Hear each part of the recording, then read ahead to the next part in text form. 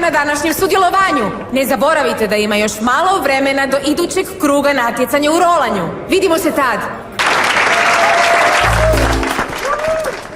Može li se znati što radiš? Pjevam. S Lunom? Baš si s njom morao pjevati. Rekao sam ti da ću pjevati. Ali ne s njom, Mateo, to je naša pjesma. Ej, to nije moj problem.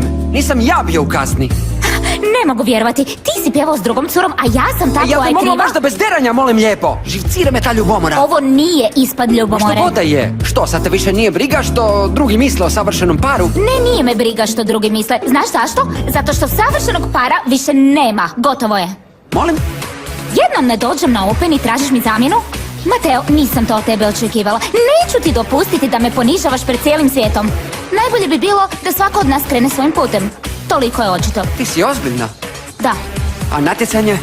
Nastupao si bez mene na Openu, ja ću bez tebe nastupati na natjecanju.